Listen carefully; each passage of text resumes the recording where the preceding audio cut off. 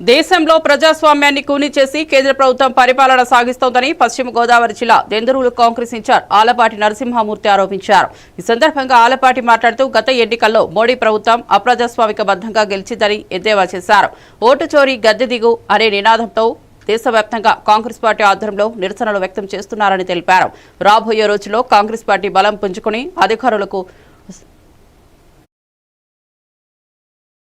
ప్రజలందరూ మెచ్చుకునేటట్టుగా ప్రజల్ని ఒప్పించి మెప్పించి ఎలక్షన్లోకి వెళ్ళి ఓట్లు వేయించుకుని అధికారంలో రావటం అనేది మన సాంప్రదాయకం, మన రాజ్యాంగం విధి, మన రాజ్యాంగం నిర్మించినటువంటి విధి విధానాలు. అందుకు విరుద్ధంగా ఈరోజు ఓట్లు వేయక్కర్లేదు, ఓటర్లని మనకి ఓటు అయిన ఓటర్లందరినీ కూడా ఓటర్ లిస్టులో లేకోకుండా తీసేసి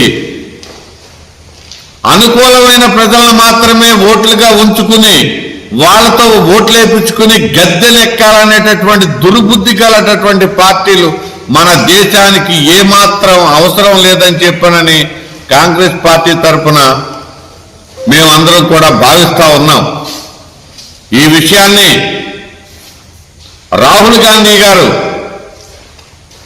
మన ఉన్నత స్థాయి కలిగినటువంటి మన న్యాయస్థానాన్ని ఆశ్రయించగా న్యాయస్థానమే చెప్పింది ఇక్కడ మోసం జరుగుతూ ఉంది, చూడండి.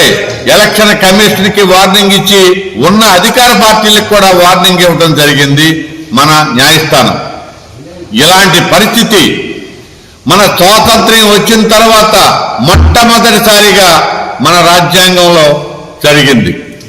ఇలాంటి పరిస్థితి మేము బాగా పరిపాలన చేస్తున్నాం, ఈ దేశాన్ని ముందుకు తీసుకెళ్తున్నాం, ప్రపంచంలోనే గొప్ప దేశంగా మేము నిరూపిస్తామని చెప్పానని గొప్పలు చెప్పుకునేటటువంటి బీజేపీ నాయకులు సిగ్గుపడే విధంగా ఈ న్యాయస్థానం మనకి చెప్పటం